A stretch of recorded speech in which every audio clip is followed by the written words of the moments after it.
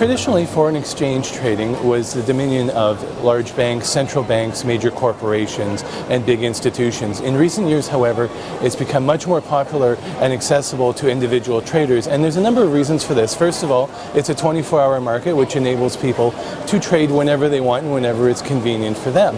In addition, through online trading, you can do it at home. You don't necessarily need access to the big trading platforms that were proprietary that people used in the past. You can get all the key information yourself from readily available sources such as internet sites and business newspapers.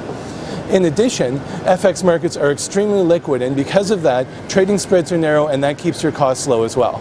Just like with other markets such as stocks and commodities, prices of currencies tend to depend on supply and demand. The more people that are interested in owning a currency, the price of it goes up. If people are less interested, the price of it goes down.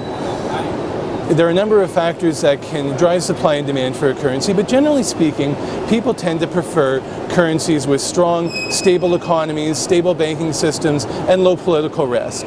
So a number of the factors that can drive interest in a currency can include economic data. Certainly countries that are growing quickly tend to see their currencies in higher demand.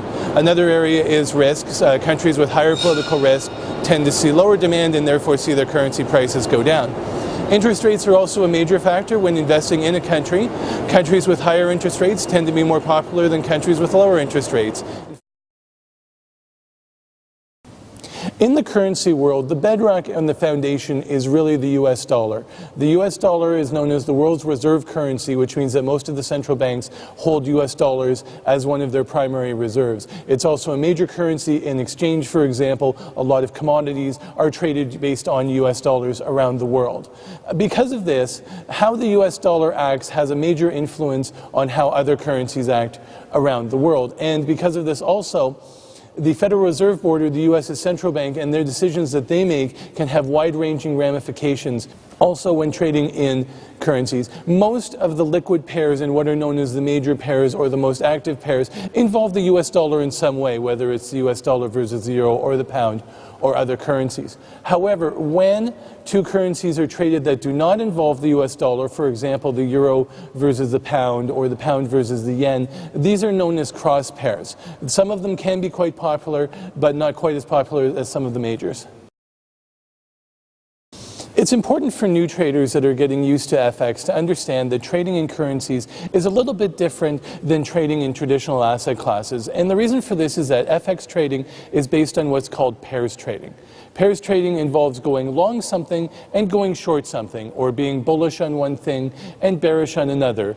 In traditional trading, people consider that I bought something, it went up, I made money, or I sold something, it went down. In the case of pairs trading, it's more that one can go up and one can go down, or they can both go up and down. It's a matter of how one does relative to the other. Now, pairs trading traditionally has been one of the core strategies of hedge funds, and what's called long-short trading has become very popular with many investors in recent years.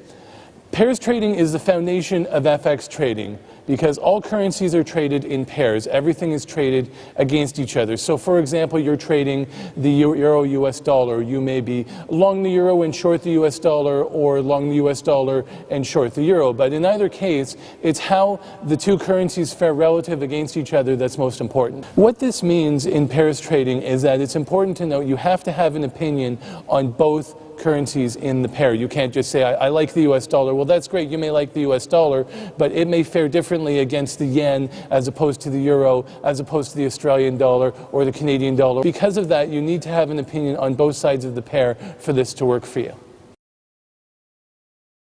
Of all the currency pairs that are traded around the world, there are 4 that are particularly popular and active.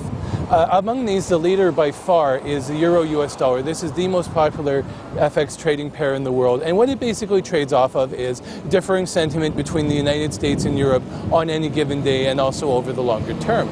And this can be related to economic growth, but also in terms of the sovereign debt crisis has also had an impact on sentiment in trading. The British pound versus the US dollar, which is also known as cable, based on the transatlantic cables that they were originally traded across, is also extremely popular and has been long been a very well and active pair. There are two other pairs of note are the Japanese yen versus the US dollar and the Swiss franc versus the US dollar.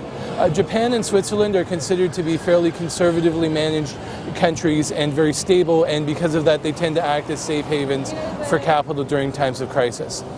Another major group of currency pairs are what we call the resource currencies, and these are currencies of countries that are large exporters of natural resources, and their economies tend to be influenced by changes in commodity prices. And different currencies tend to be influenced by different commodities. So for example, the US dollar versus the Canadian dollar is quite influenced by the price of oil in US terms, or the Texas price of oil, as well as metal prices. The US dollar versus the Norwegian krone, on the other hand, tends to be influenced more by the Brent or UK price of crude oil. Two also that trend to trade in tandem are the Australian dollar and the New Zealand dollar. These tend to be influenced by base metal prices as well as grain prices. And finally, there's the US dollar versus the South African rand, which tends to be influenced by changes in precious metal prices, as South Africa is traditionally known as being a major exporter of gold and platinum and silver. It's important when starting out in FX trading in particular to understand how pricing works in currency markets. When looking at a currency to trade or a currency pair, both pairs are in the currency and the order they appear in is particularly important. The first currency in the pair is known as the base currency. The second currency in the pair is known as the counter currency. When you look at an FX pair and rising and fall, it's in the value of the base currency. The best way to explain pricing in FX markets is to look at a couple of examples. So we'll start with the world's most popular FX trading pair, which is the euro versus the US dollar, euro-US dollar.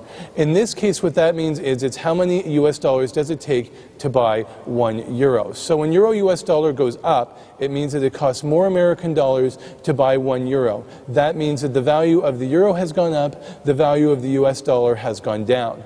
On the other hand, when euro-US dollar goes down, it means that there's less US dollars needed to buy 1 euro. This means the value of the euro has gone down, the value of the US dollar has gone up. The US dollar is the base currency in almost every major pair that it's traded against. There are, however, 4 major exceptions where the US dollar is the counter currency. These are the euro versus the US dollar, the pound versus the US dollar, the Australian dollar versus the US dollar, and the New Zealand dollar versus the US dollar. So far, we've talked primarily about trading in paper currencies such as the US dollar or the Japanese yen. It's also important to remember that traditionally, other things have been used as currencies, most notably precious metals such as gold and silver. Gold and silver have acted as a store of value for millennia and have been treated as currencies, and to this day still play a role in currency markets. Gold and silver still tend to be seen as a store of value, and they tend to trade up and down relative to the valuation of paper money. So when paper money goes down in value, gold and silver tend to go up. On the other hand, gold and silver tend to go down when the value of paper money goes up. For the most part, gold and silver tend to trade opposite to the US dollar, with gold being the proxy for metal-based currencies and the US dollar being the leader of paper currencies. So it's understandable that they would trade opposite to each other. However, we've also seen in recent years that the gold versus the euro has also started to play an important role with capital moving in and out of Europe and in looking for safe havens. We hope to have provided an introduction to the exciting world of FX trading. We do have a number of other videos in this series that go more in depth in some of the other areas and things that affect trading in currencies, such as how economic news can affect valuations.